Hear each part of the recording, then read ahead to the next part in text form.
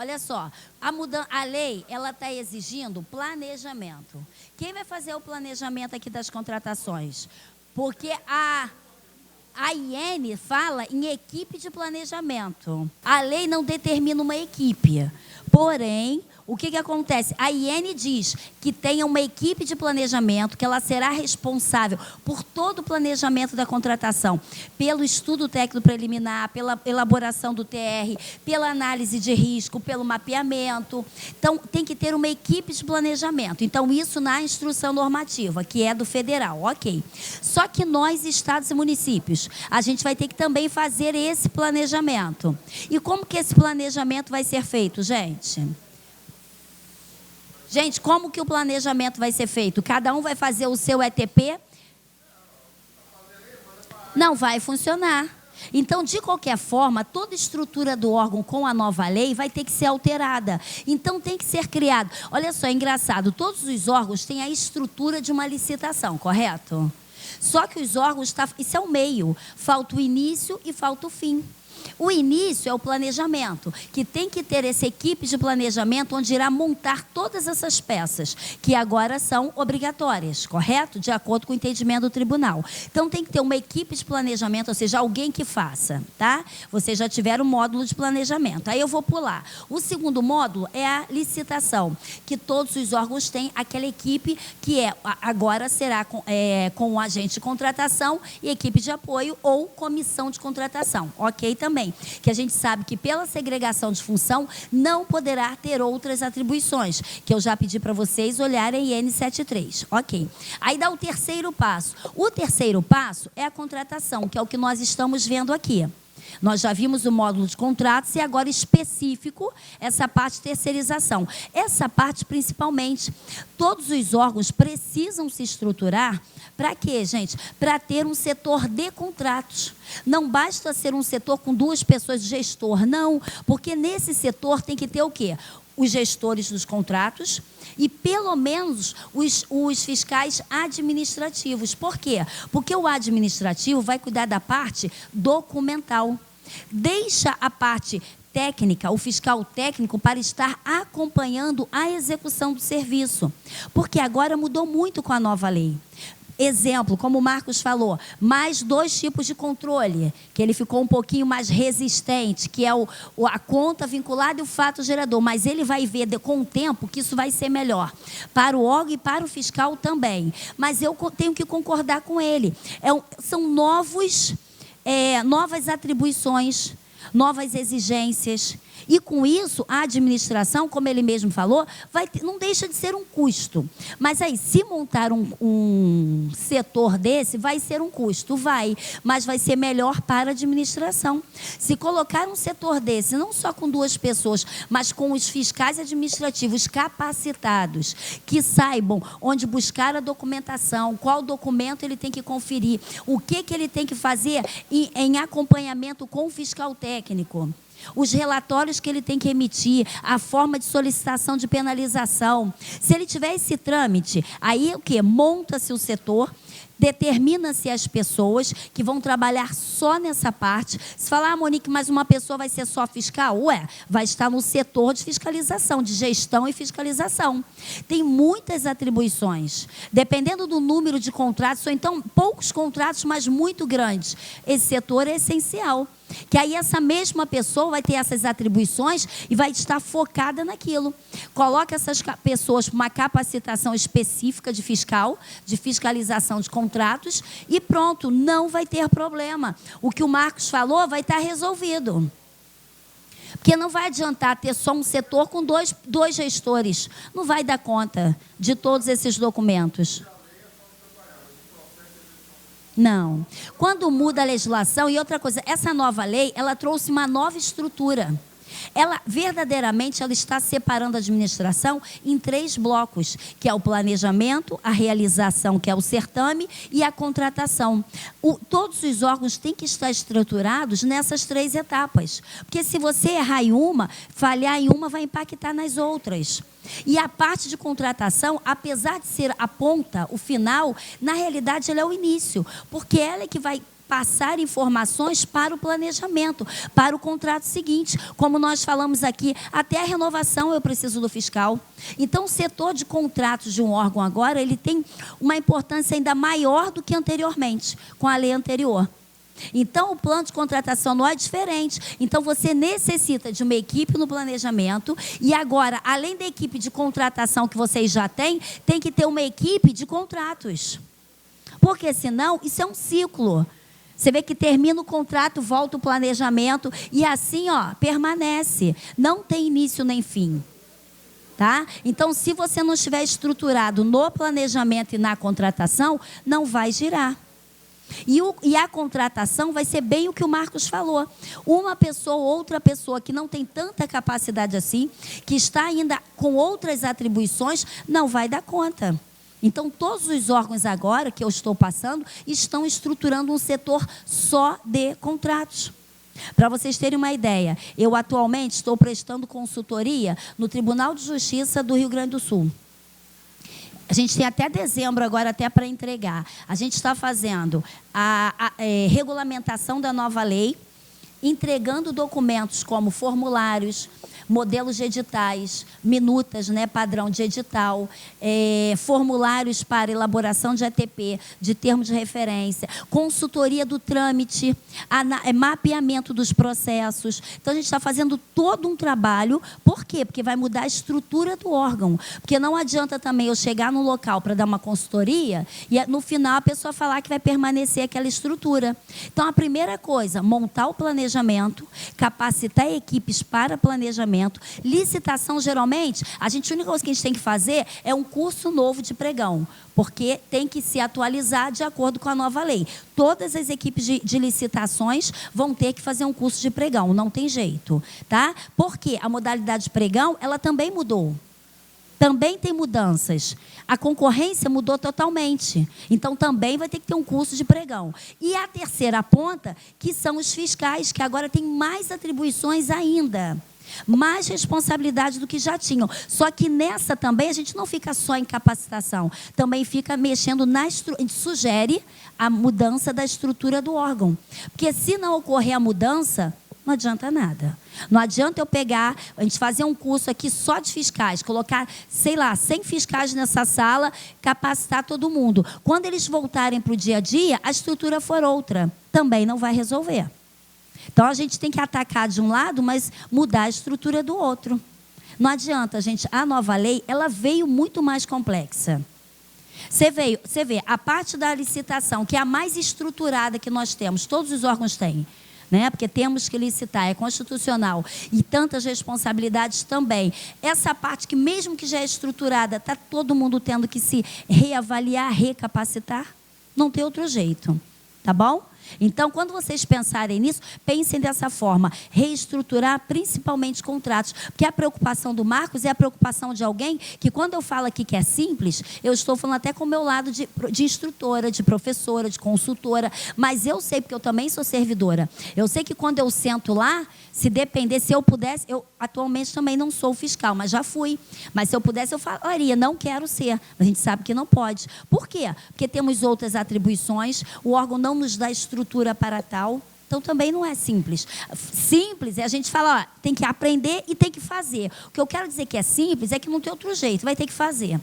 Agora, que o órgão pode dar mais condições para que esse trabalho seja feito, isso não tenha dúvida. E uma delas é essa estruturação e uma capacitação geral para os fiscais.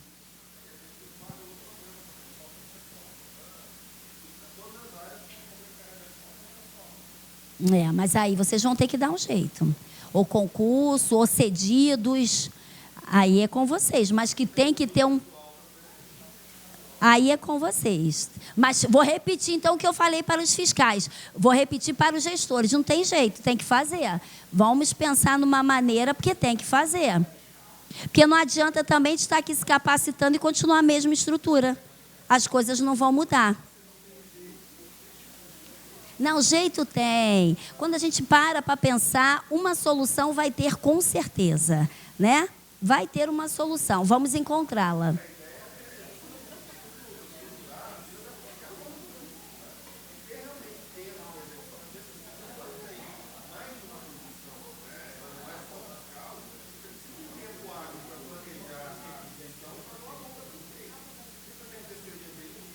Sim. Olha, vocês têm que fazer o seguinte, a primeira coisa, eu faria. Não, isso não funciona mais. Até porque em tudo agora, até porque no emergencial, a gente tem que ter tudo, vai ter apuração de responsabilidade. Então, a primeira coisa é uma consultoria para fazer um mapeamento no processo de vocês e eles vão estudar o trabalho de vocês e sugerir saídas, possibilidades. Vai mostrar para vocês possibilidades. Aí vocês vão estudar as possibilidades e tomar a decisão. Porque aí a decisão é sempre do cliente. A consultoria, a gente só indica as possibilidades. Tá? Dentre o universo de vocês, a estrutura de vocês.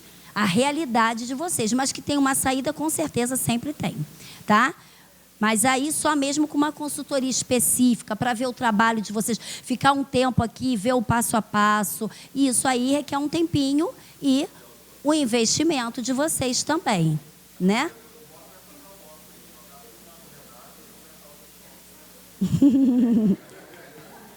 Renato, é melhor você sugerir uma consultoria para poder distribuir aí essa atribuição, senão vai ficar tudo em cima de você. Ah, você está na licitação?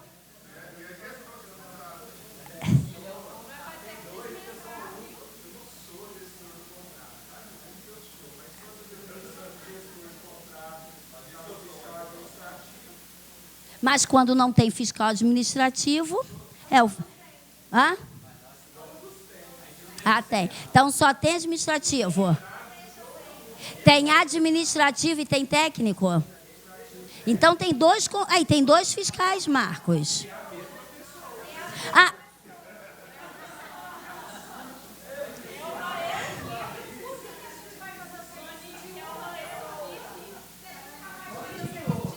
Equipe de 1. Para que 1 faz 10? Para que vocês querem 10 servidores? Não precisa, né? Então... então não precisa também da consultoria, porque o Marcos já tem a solução. Marcos não. Renato já tem a solução de tudo. Uma pessoa só faz tudo. Bota uma pessoa para fazer o planejamento de tudo, uma para ser o fiscal e gestor de tudo, e a gente vai sobrar, vocês vão ter tempo livre para tudo.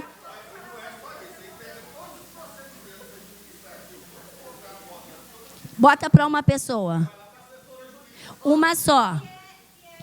Que é a turma do eu. Ela está na turma do eu. Vem cá, posso fazer uma pergunta? 2 perguntas.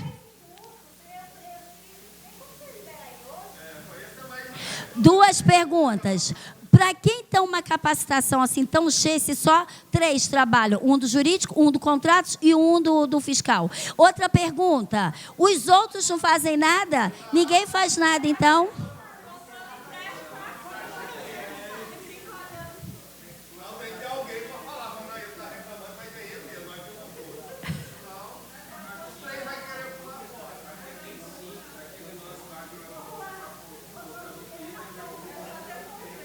Aqui é bem simples o quê? Peraí, só um minuto. Ele disse que aqui é bem simples, deixa eu entender.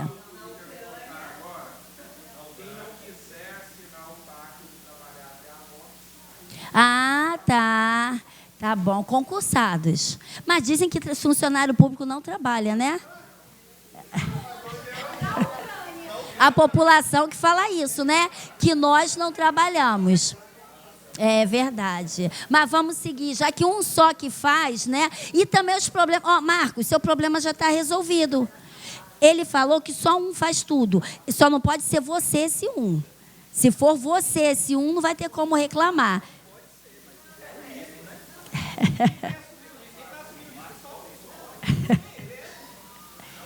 É o cara, né? Não vai ter o outro. Vamos lá. Então, joga na loteria, Marcos. Vamos lá, gente. Vamos seguir. Então, aqui as vantagens, tá? Razões para terceirização. Então, organizacionais. Aumentar a eficiência, que é o foco na atividade principal. Incrementar o valor dos produtos e a satisfação dos usuários. Modernização. Melhorar o desempenho. Adquirir conhecimentos e tecnologias que não estão disponíveis internamente. Isso aqui é quando uma empresa traz uma expertise para implementar dentro do órgão. Às vezes, peraí. Financeiras, concentração de recursos para investimento em ativos nas áreas essenciais, porque entende-se que o que não é essencial, a terceirização está cuidando. Custos, reduzir custos, aproveitando a expertise do fornecedor, porque eles vai me trazer pessoas já capacitadas, transformar custos fixos em custos variáveis, transformar os empregados em experts na atividade essencial da organização. Então, isso aqui está sobrando bastante tempo para vocês? Tá, Renato? Então, já que só 3 fazem, os outros todos estão com tempo suficiente para ficarem experts nas atividades aqui da casa, né? Então, muito bom. Vamos lá. Mão de obra, então. Vamos lá. Aqui eu trouxe só o que eu já havia falado. Olha, dos percentuais da LRF, então 50 e 60. Tá? Lembrando que esses percentuais, eles não contam na realidade com serviço, é só mão de obra, então a gente passa desse aí, tá? Contratação de terceirização de mão de obra. Isso aqui está lá no portal do TCU, tá bom? De notícias. Então, lá, não está nos limites de gasto pessoal. Ele já está dizendo aqui, clareando aqui, tá? Mas eu não vou ficar lendo com vocês vão ficar com esse material, vocês podem ler depois com calma. É o que eu falei para vocês, que em alguns locais já estão chegando. Eu já fui a um local, que esse local no município, não muito distante daqui, que eles já receberam comunicado do tribunal para que aquele valor seja somado a esse percentual aqui. Eu até pedi a eles que me dessem uma cópia, tirando o nome do local de tudo, só a informação, mas eles não me deram. Mas já estão chegando. E ele não foi o primeiro município que me falou isso, ele já foi o 4º. Então, essa conta já está chegando. Tá? Vamos aguardar mais um pouquinho. Vamos ver no próximo ano. Então, aqui ele só está dizendo que essa despesa de salários, deve constar nos limites de gasto com o pessoal. Se a despesa com o pagamento constar no limite, vai interferir na LRF, tá? Já quanto à questão da contabilização das despesas de mão de obra, a LRF exigem apenas contabilização dos gastos de contrato de terceirização que referem-se à substituição de servidores e empregados públicos e a contratação de pessoal por tempo determinado. Então, ele diz aqui que separa-se serviço de contratação de mão de obra, tá? Mas cuidado, porque isso está... Sim, mas só que isso está cada vez mais... Alguns tribunais por aí já estão começando a pegar nessa parte. Então, sugiro que vocês olhem, tá? E aqui aquele checklist de manual para gestão de fiscalização, mas de terceirização, porque nós vimos um outro também. A gente viu de fiscalização, esse é o de terceirização. Aí aqui... relação dos empregados terceirizados, CPF, salários, adicionais, gratificações, novas admissões de empregados terceirizados devem ter o quê? Vigência do contrato, carteira de trabalho, exame admissional, tá? Aqui utilizar a solução de TI, caso, né, acompanhe, esteja junto do escopo do trabalho. Conferir todas as anotações da carteira, verificar os salários que estão na carteira, se é o mesmo da convenção coletiva, consultar outras obrigações que constem na convenção, exames médicos admissionais, indicação do preposto, que é o funcionário da empresa, com as suas atribuições, o que ele pode responder, quais os documentos que ele pode assinar, verificar se o número de terceirizados coincide com o previsto do contrato administrativo, isso se for por metragem, se for por posto, se for pessoas. Então, elaborar planilha de relação da prestação do serviço, planilha de documentos, planilha com os principais dados do contrato. Então, olha quantas planilhas. Isso ainda não falei nem de documento, hein? Aqui é documento da empresa, mas tem também planilha com documento trabalhista, que é aqueles que a gente vai ter que conferir todo mês. Promover reunião inicial, devidamente registrada em ata. Lembra que eu falei para vocês? Aquela reunião inicial com todos os prestadores de serviço, mais o preposto. Convidar os fiscais do contrato, ou seja, é recomendável também convidar outras pessoas envolvidas no processo de contratação, que é para essa reunião. Estabelecer todos os detalhes, metodologias, objetivos da contratação e execução. Apresentar plano de fiscalização, o que o fiscal vai aferir todos os meses, semanalmente, diariamente, tá? Frisar a necessidade constante de atualização documental, porque a empresa precisa manter as condições de habilitação. Informar que a realização das reuniões com o representante da contratada é sempre recomendável em ocasiões que houver impasse na execução do contrato. Estabelecer que toda a comunicação entre os gestores ou fiscais e a contratada será formalizado por escrito, sempre, nada de boca. Gente, eu estou falando rápido, mas eu só estou revisando tudo que já foi falado, ok? Mas se quiser, é só me parar, hein? Realizar reuniões com os empregados terceirizados e informá-los de seus direitos previstos no contrato. Falar que eles devem notificar o fiscal em caso de alguma ocorrência. Armazenar em pasta eletrônica cópia do termo de contrato, ou seja, proposta, termos de referência, mapa de risco, ANS, todos os documentos que compõem aquela contratação. Então, aqui já está falando em pasta eletrônica, tá? Então, pode ser eletrônica, qualquer forma. O importante é você ter a documentação escrita.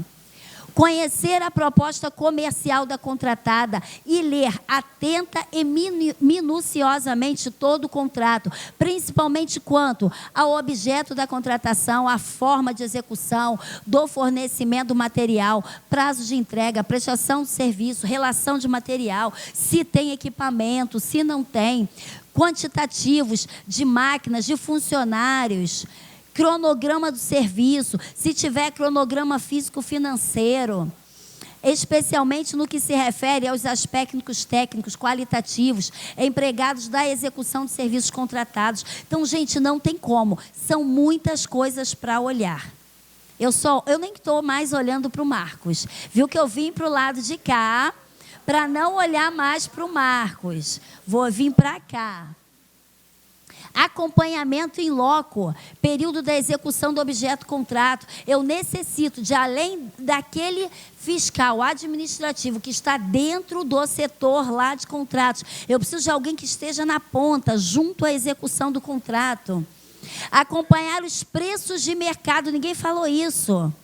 Você pode ter um fiscal lá naquele local, ou você pode também, de vez em quando, ir lá olhar. Opção da administração. Depende do serviço. Se for algo muito dinâmico, o ideal é que tenha um lá, um setorial. O nome já diz, é um fiscal que esteja no setor, no local do serviço.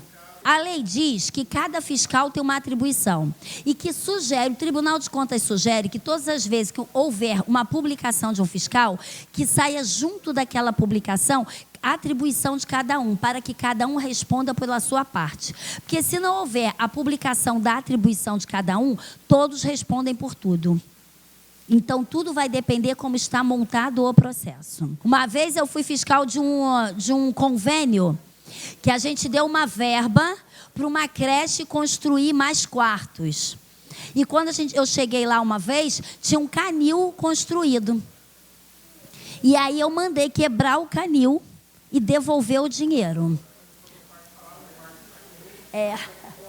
Quarto para quem foi ótimo, E aí a gente fez ele devolver o dinheiro, tá? Então, e lá tinha uma pessoa. Essa pessoa não viu que o canil estava sendo construído.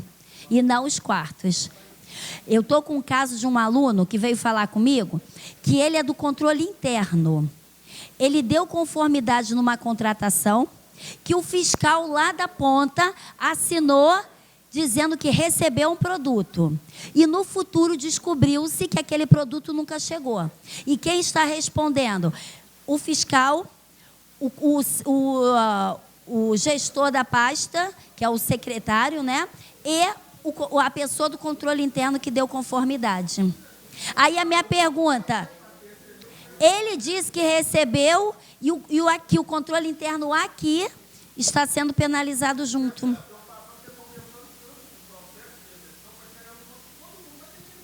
Exatamente. Olha lá, esse local eu vi que muita gente, tudo é o controle interno, tudo. O controle interno responde mais do que o jurídico. Eles entendem que o jurídico é parecerista e o controle interno é conformidade. Então ele tem que ver a situação e dar o parecer. Eu achei esse um absurdo. Esse eu achei. Tá? Então, gente, não tem como. Não, esse cada um é individual. Esse, na época, cada um ia pagar, acho que 20 mil. Não, o controle interno ia pagar 20 mil. A pessoa que disse que recebeu ia pagar multa mais o valor que ela disse que recebeu. E o superior ia pagar junto também o valor dividido com o que o fiscal recebeu. Então, o controle interno foi só a multa, 20 mil. Só que ele recorreu. E ele falou para mim que atualmente está na segunda instância, que é um colegiado. Então, não vai ter a terceira instância. Ele disse que o valor atual está em 200 mil. Ele está apavorado.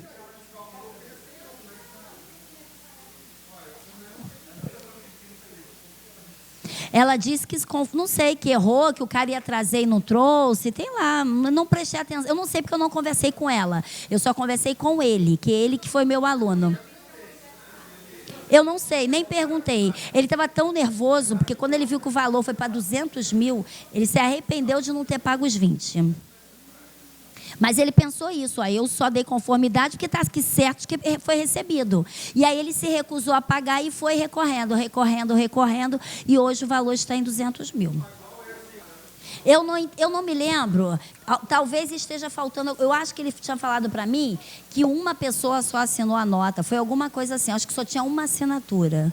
Eu acho que por isso que ele respondeu. Eu vou confirmar. Não era tanto valor não, você vê que a multa foi 20 mil. Eu acho que é porque só tinha uma assinatura. Não, mas a gente sabe que a gente sempre bota 2, mínimo de 2. Exatamente, tá? Mas eu vou confirmar depois, mas eu não tenho total certeza. Eu só sei o seguinte, que ele foi penalizado pela conformidade e que o produto não chegou. Essa eu tenho certeza. Eu não me lembro, mas eu acho que não foi alto valor, não. Você vê que a multa foi menos. Sim, aí é uma comissão, mas não era alto valor, não, era menos. Eram valores normais, tá? Então, voltando à sua pergunta, é difícil saber o que vai ser decidido. Não, e isso eu não tenho como responder. Eu tenho sim, é melhor ser do jurídico. Porque o jurídico é parecerista, é melhor ser do jurídico. Eu conto nos dedos os casos que eu já vi jurídico respondendo. E são erros assim gravíssimos, grosseiríssimos, que é aquele visto a olhos nus. Então não tem como contestar que não foi um erro. Tá? Mas tirando esses poucos, o jurídico não responde. Vamos lá, gente, vamos seguir aqui. Lembrando, então, o último aqui é verificar se o CNPJ, possíveis penalidades no portal da transparência, tá? E aí a gente tem o 6, a gente tem o inidoneidade da União, tá? Do Tribunal de Contas da União. Você clicando lá no link, tem um link único. Então, bem tranquilo também, ok? Oi? Para pessoa jurídica, tá aqui, tá? Tá aqui. Bom, então destacar. Isso aqui eu coloquei destacar porque, primeiro, é muito importante que o fiscal tenha certeza disso aqui. Que as 3 coisas agora mais importantes nessa nova, vou chamar na virada, tá? Da virada da lei, não é virada do ano. Por quê? Porque, primeira coisa, o fiscal tem que ter conhecimento se aquilo é um serviço comum. Segundo, se aquilo é continuado. E terceiro, destacar a legislação. Porque a partir do ano que vem, vão começar a surgir, nas mãos dos fiscais, tipos diferentes de contrato. Por que diferentes? Por causa da legislação. E se for, aí piora, Marcos, porque se for a legislação da 866 e 10520, você vai fazer uma análise. Se for da nova lei, você tem que fazer outra. Então, você tem que ter em mente, embaixo do braço, todas as legislações, porque a legislação para a licitação vai morrer 30 de março, mas para os contratos ainda vai permanecer por mais 5 anos, porque a gente pode ainda renovar esses contratos. Então, durante 5 anos, vão estar juntos 2 contratos do mesmo órgão, pode ser até o mesmo objeto, com legislações diferentes e tratamentos diferentes. E aí podem ter mais problemas ainda, porque ele pode se confundir. Ele pode usar uma atitude da 866 no da 14 e vice-versa. Aí piora a situação.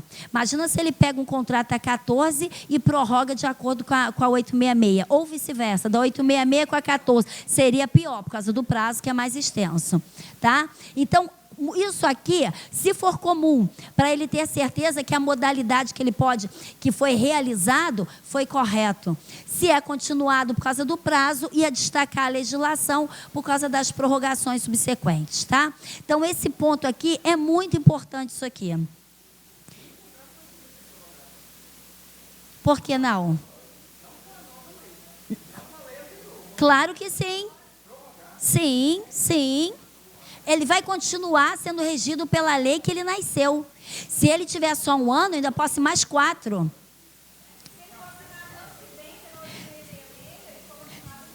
Se ele for assinado em março, ele ainda vai ficar mais 5 anos à frente. Até 6, que tem excepcionalidade. Vai depender. Inquilinato aí. Não, imóvel nem conta. Imóvel não conta, porque a gente sabe que é diferente. Sim, mas aí a legislação do imóvel é outra. Tá?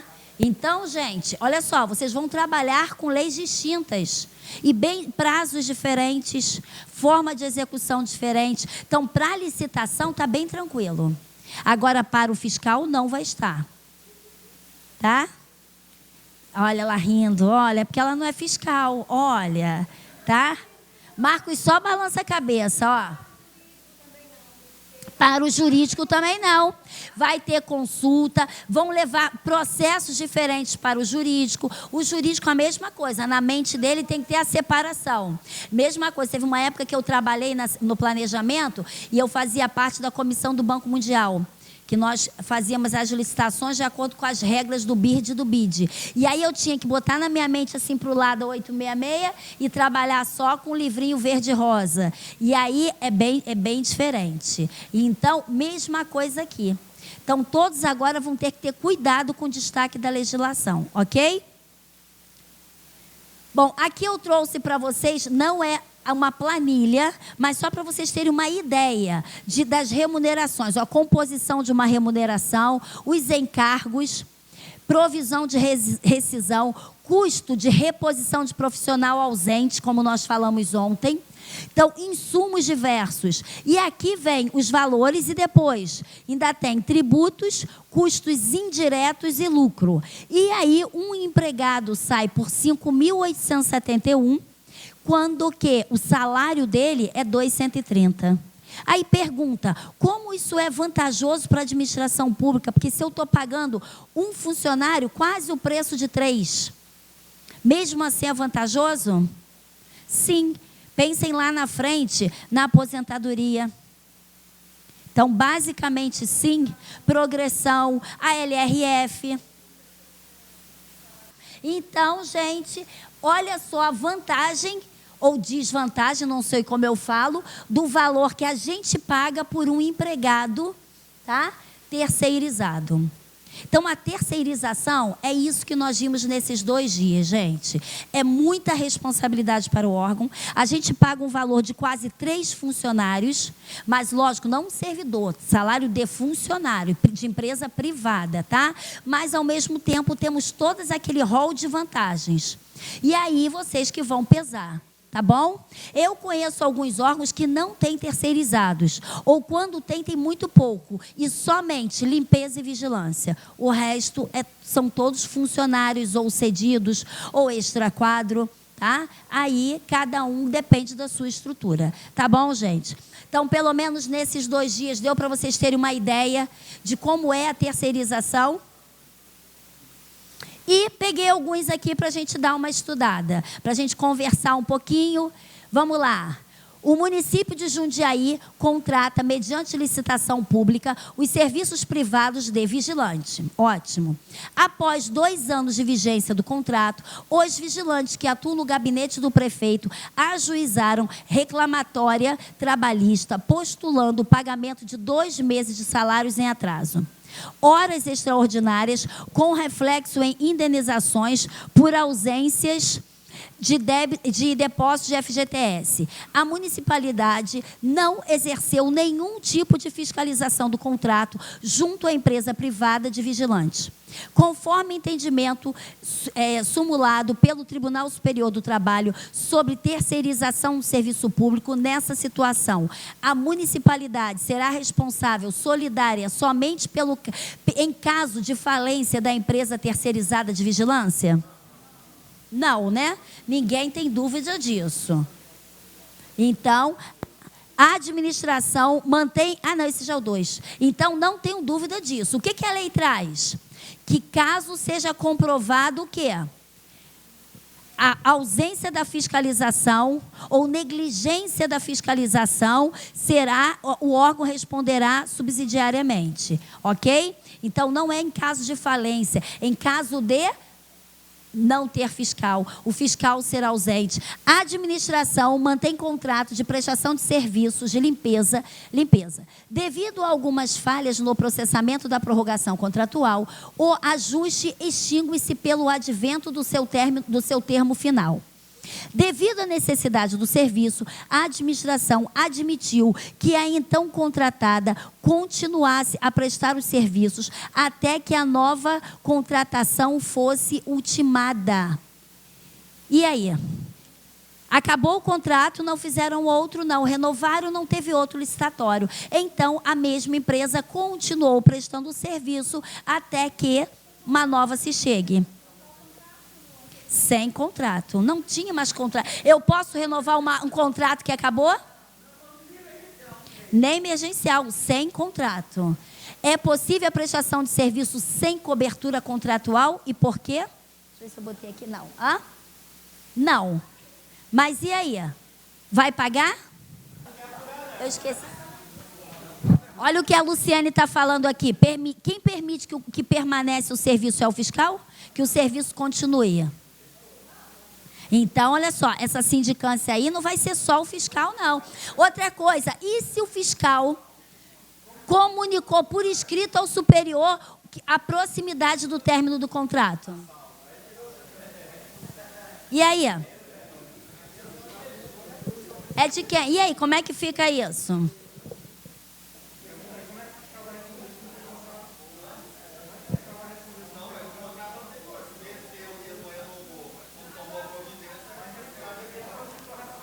Vamos lá que tem mais coisa que eu quero ver se dá tempo da gente fazer uma atividade. Vamos lá. Ah, não, aqui. É possível a imposição de sanção em decorrência de falha da então contratada, identificadas durante o período que o contrato já estava extinto? Por quê? O contrato acabou, mas eu vi um monte de falha no contrato. Eu posso aplicar uma penalidade após o término do contrato?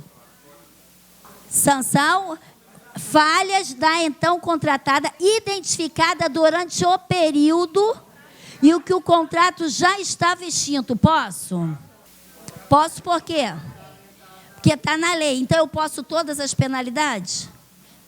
Exatamente. Qual fica de fora? Somente a multa. Porque na lei está escrito assim, conforme o ato convocatório ou contrato. E a nova lei repetiu isso. Então, tirando a multa, você vai poder advertência, impedimento de licitar e contratar e inidoneidade, tá? Mas e nesse caso aqui, eu não tenho um contrato, mas ao mesmo tempo ele prestou o serviço, ele está prestando serviço. Quer dizer que quando ele presta serviço sem contrato, eu tenho a obrigação de pagar e não posso multá-lo? Mas a multá-lo não, penalizá-lo? Mas a pena não está na lei? Como que a Luciane falou? Luciane? Hã? Ele está seguindo uma continuidade que acabou. Favor ele não está fazendo não, porque está ganhando. Ele está trabalhando de forma incorreta por culpa da administração.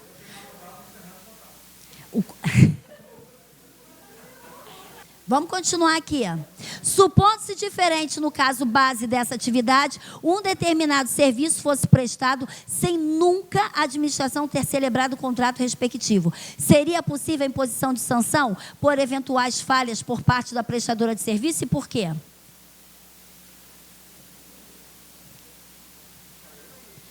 Aqui já é mais difícil, porque olha, aqui tinha um contrato, ele tinha um TR a cumprir, mesmo que após o término. Ele estava dando seguimento. Aqui nunca teve. As regras que ela tem que atender está escrito aonde? Não tem. Então depende. Olha só, se ela causar um prejuízo, acontecer algo na contratação, a gente vai penalizá-la. Agora, se for algo ligado ao serviço, cadê o escopo de trabalho se não houver? Supondo-se que, diferente do caso base dessa atividade, do determinado serviço, fosse prestado com fundamento em um contrato que não tivesse as cláusulas de sanção. Essa a gente já falou. Então, não tendo cláusula de sanção, já sabe, a gente pode 3 incisos, menos a multa. Porque a multa... Por que a multa não, gente? Por causa do índice, eu não sei quantos % que será a multa, qual o índice que vai ser aplicado. Então, a multa não, mas aí eu tenho outras sanções, ok? Um órgão estadual do Rio mantém contrato de prestação de serviço de vigilância patrimonial. A fiscalização levou ao conhecimento da administração o fato de que a contratada foi declarada inidônea por ato do Poder Executivo do Estado de Minas Gerais e questionou se o contrato poderia ser mantido com o Rio ou se deveria ser rescindido, informando que a sua vigência expirará ordinariamente em 4 meses.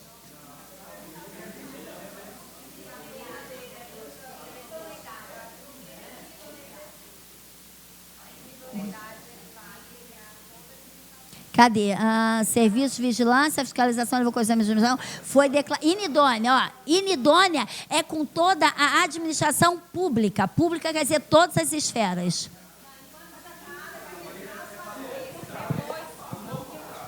Então, rescindir o contrato eu não preciso, mas eu tenho urgente colocar uma licitação na rua, porque eu não poderei renovar esse contrato. Aí aqui vem, qual a abrangência espacial e o prazo da ascensão de declaração de inidoneidade? Bom, eu coloquei aqui, mas como a gente só está debatendo, 866 e 14, tá? A 14 vai agora 3 a 6 anos. A 866 eu confesso que eu já estou começando a esquecer, mas eu acho que são 3. Ou 2 ou 3, acho que são 3. Como eu já não estou mais, eu estou abandonando 866, mas isso aqui para o fiscal é importante. Dá uma olhadinha lá na 866 para botar a resposta aqui. Aqui eu já te respondo que são de 3 a 6 meses. E aqui é menos tempo, tá? Então, dá uma conferida só nesse aqui. Eu acho que são 3, tá bom? O contrato que a empresa mantém com o Rio precisa ser rescindido? Não. A resposta do item 2 mudaria caso o contrato tivesse início na sua vigência e não nos últimos... Tivesse no início e não no finalzinho, faltando 4 meses? Ia continuar da mesma forma. O importante é já ter assinado e publicado o contrato. Considerando que havia em curso um procedimento administrativo com vistas à prorrogação do contrato, responda se é possível a prorrogação nesse caso. Se o processo já estivesse em andamento, eu poderia dar continuidade? Não. Seria possível eventual aditamento para o aumento de um posto de serviço por necessidade da administração? Sim, com ela penalizada, eu posso contratar? Quando eu faço um aditamento de posto, eu não estou contratando, não? Aditamento é um contrato, é um termo aditivo, é uma contratação.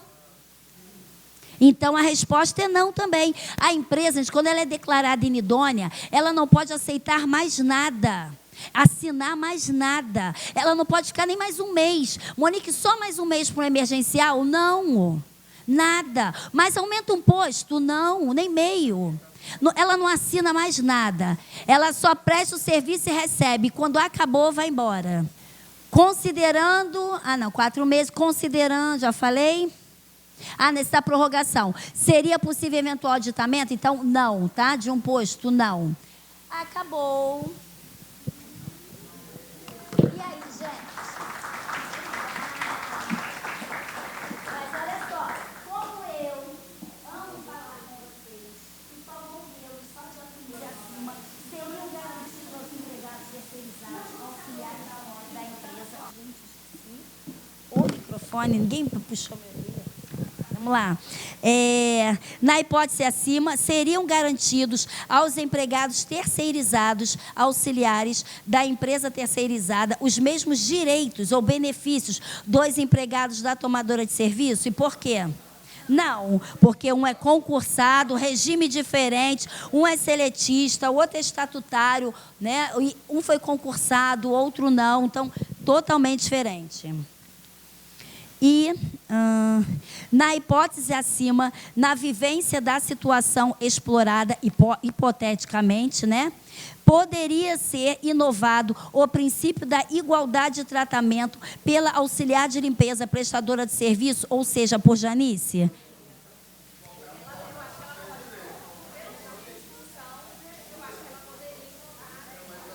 Ela poderia para fins de quê? Só de recebimento, de indenização. Não para contratação, hein? Por favor.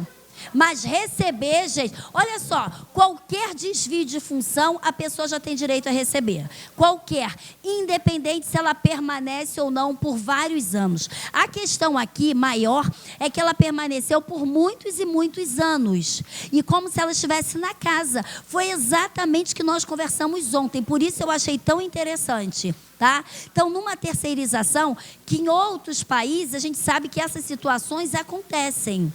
Então, a gente tem que tomar muito cuidado, até porque me chama muita atenção essa parte das férias, que às vezes a gente não observa. Mas se você parar para pensar, quando a gente tem rotatividade na terceirização, o pessoal não tem férias. E aí começa o quê? Isso interessa para a gente? Sim. Por quê? Porque vai impactar na execução do serviço. Você viu aqui, ela mesmo falou, a produtividade, a insatisfação.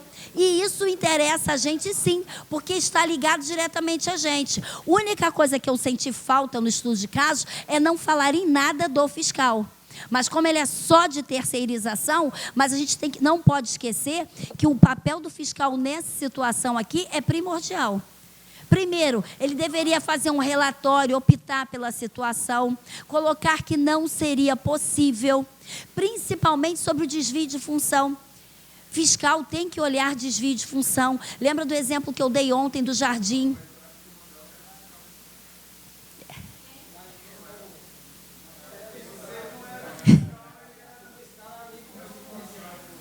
Tadinho do Manuel. Olha só. Gente, vocês então entenderam bem?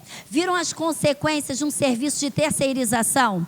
Como isso pode causar problema? Para a administração, sim. Mas me perdoem, porque eu não estou nem tão preocupada com... Eu estou preocupada conosco, com o nosso CPF do meu superior. Então, a gente tem sim. E essas ferramentas que surgiram agora, eu sugiro que vocês pensem, analisem, pois elas são excelentes. Mas vai dar trabalho, com certeza. Mas pense no resultado, no objetivo que será atingido.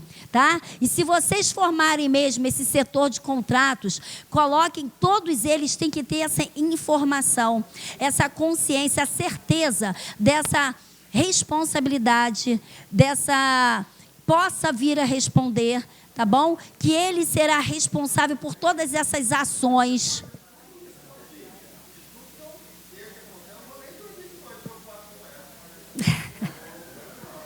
Por isso é importante. Tá bom? Então agora a gente encerra. Eu agradeço a paciência de vocês. Tá bom? O carinho de vocês. Estaremos juntos dia 1º. Já preparei um material que está aí com vocês. Tragam a pasta, porque o material está aí já com vocês, tá bom? Tá muito bom esse material. A gente vai falar bastante sobre serviço de engenharia, sobre estudo de casos também, tá bom, gente? Beijos, até o dia 1º.